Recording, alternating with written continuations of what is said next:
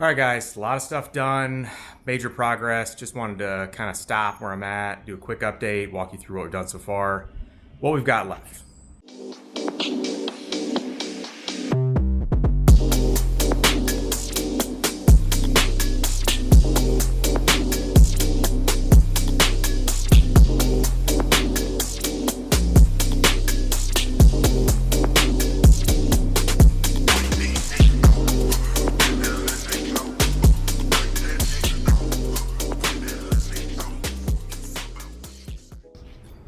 So the largest change is definitely the cabinet array. We've got that in.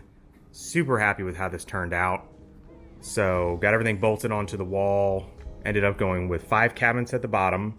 Got a 4 drawer in the middle, and then 2 single drawer and 2 doors, and then 2 just full 2 doors, and then we've got the 2 tall cabinets. So I was able to get a really great deal on this stuff.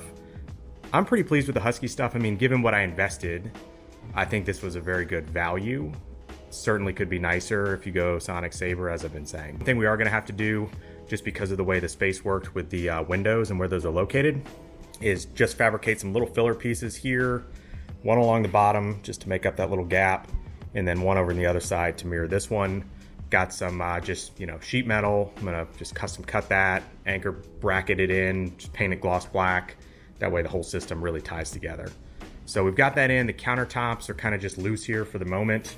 The 2 that I got are going to be a little short. You can see there's a gap here if we want to go end to end. So a third just arrived yesterday. I'm going to cut these into 3 equal sections. There'll be only 2 seams instead of, say, 5 or 6 seams if you use the top supplied with these. So just 2 seams, nice big pieces. I'm actually going to sand these down and refinish them all like a espresso charcoal, kind of a dark brownish, just to kind of go with the grays and all the tones in here.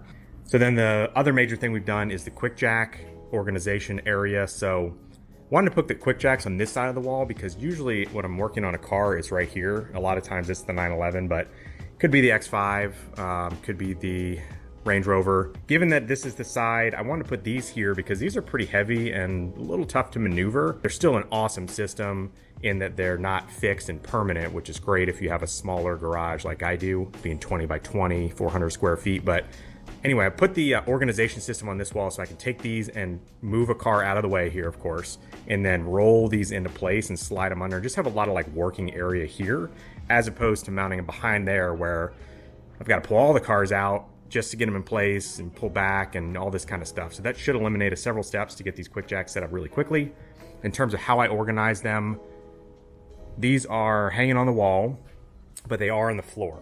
And so these things are super heavy. I wouldn't advise elevating these. You can certainly get anchors that'll support it, but honestly, you still have to lift it now off the anchor and get it down, which is kind of challenging. So instead, these are on the floor. They are flush to the wall, so they're nice and tight and they look great. And then I got these actually at Lowe's. They're Blue Hawk wheelbarrow anchors. So Quickjack makes a wall anchor set. It's $50, which is a total ripoff. I mean, it's just metal. And it's branded, which I don't love. It's got like their logo and like a bright green. It looks honestly a little janky in my opinion. So I got these. These are super clean. It's just this bracket. You can see another example right here. Really nice. $6 from Lowe's. Very heavy duty. So I got 2 of those, which fit perfectly inside of this little opening. So this goes over, it clips, just gives this the security so this won't, come off the wall. And then I got 2 more for the handles that you use to kind of slide these around and maneuver them under the car. And then I just picked up a couple of these little baskets. These are made for a pegboard. Remove the pegboard connections off the back, chop those off, and then just bolted these straight to the wall with some Tapcons to hold both sets of lift blocks, both 2 and 3 inch. So super clean install. Very psyched at how this Quickjack wall came out. So we'll have that there. We've started to get parts and stuff coming in for some of the other elements of the garage. Pick up these parking stops. Given that this is only 20 feet deep, these are 18 inch. You can see there's a nice amount of clearance, and this car's actually pulled up further than it needs to be. There's a good bit of room still left at the back, but I'm gonna get these cars sort of perfect, especially the X5's much longer. Want to get them perfectly against kind of the back of the garage, to maximize the space up by the cabinets. Set those blocks in place. That way, every time we pull in, we know exactly where we are. And I've always got a nice, generous, and uniform amount of distance to maneuver around here if there are cars in here. Got a stainless steel shelf for the Karcher pressure washer. I actually found this one online at a restaurant supply store. For what it's worth, it was significantly cheaper than some of the other options, including the one on Seth's Garage. I'm sure the quality might differ somewhat, but for my purposes, this was a pretty good pickup. It was not that expensive. We've got miscellaneous hoses and stuff coming in for inlets and jumpers and all that for this setup, which again will be in this back corner, all up and down the wall. The Mosmatic sprayer, the Karcher, Cox hose reel, Cobra Jet hose, all that will be in that back corner. So that's all started to arrive, and then I got a massive shipment from OG yesterday, which is everything from tool grid to a couple of detailing things like foam cannons and things I want to swap out as part of this change. These are gallon organizers that a guy that I'm here locally in connection with, Derek, suggested, which was an awesome suggestion in terms of how to store your gallons. I'll show you that. So that's all starting to flow in. We're starting to get there, but really what we're doing right now is trying to get all this stuff, which is a mess and it's driving me nuts, back into these cabinets so that we can park both vehicles back in here and kind of get back to usual. I am using the technique that Matt typically recommends, which is don't stress too much about exactly how you want to lay out your organization and all that inside these cabinets. Just get this stuff in a cabinet. Solves two problems. Gives you time to really organize and dial in exactly where you want things and how you want them organized, but also you don't really have a sense for how you need to organize until you get everything in there. And so it's very helpful, just to start to put things in these various cabinets to see, okay, I can put that there, or maybe that needs to go there. And you kind of can play with it a little bit just by starting to get it in. So that's what we're working on now, just dusting all this stuff off, really cleaning it down nicely, getting it into these cabinets temporarily. Then the next stop will be the countertops, I think is what I really want to work next.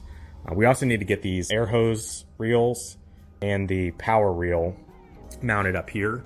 So those are both going to sit in the center on either side of this so that those can easily pull down, center in the garage, and get easy access. So a bunch of different projects, but again, just wanted to kind of check in with you guys, kind of give you an update on where we're at, and we'll just get back to work. Now we're starting to get into the fun stuff. So update, got all the cabinetry in. As you can see, I did get these filler pieces into the cabinet. So I think all that turned out great. I also was able to get all of the electrical run for the most part. So up here, we've got audio receiver to drive speakers, take the input from the smart TV setup we're gonna have with Roku out here for television. This is Wi-Fi. It's part of a mesh network that I just put in. So we've got one in the house, one out here. Signal out here is pretty good. I'm still playing with placement. I'm not sure if this metal cabinet's gonna degrade the signal. I may need to move this out to the counter, but got that installed. Speakers run out to this location, so fired up these bad boys. I got a couple of Klipsch studio speakers, really good deal on Facebook Marketplace. Somebody that sort of inherited them and didn't even know what they were, just trying to get rid of them. Got the TV mounted, still need to power this, get an HDMI to it. We've got power run underneath here, and I'll kind of go through this in a recap, just one by one, but under here for the lift, Quickjack's system, equipment, which powers the lights. We also have power on this side. I think this is where I'm gonna do battery charging here for all the different Ego Milwaukee batteries, because I think I'm going to probably put the actual Milwaukee tools in this drawer, but we'll get into tool organization layout here later in the series. Well, always a good milestone in any build that involves audio video. So we got the TV working, as you can see.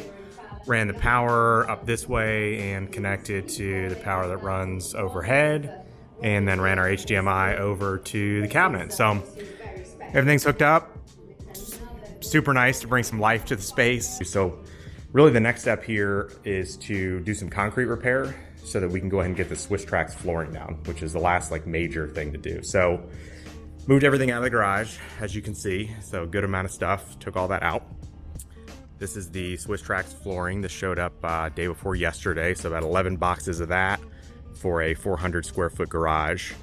I did create a test piece here just to lay it out. So I did like a 4x4 with this front. And the reason I did that is because, we've got these spots. This one's obvious, but there's also a couple low spots like here. There's some decent low spots here where tires have been sitting. Previous owner only had one car, and I think she must have parked on this side all the time because we've got low spots here. We don't have those at all over here, but there's these patches you can kind of see, things like that. So what I want to do, take that 4-piece and just kind of move it around throughout the space, lay it down and kind of step on it just to see where we need to do concrete repair. Obviously, everything under the floor, under the Swisstrax, can be hidden, so there's no value in, doing these little tiny things. Like this tiny crack right here is a good example.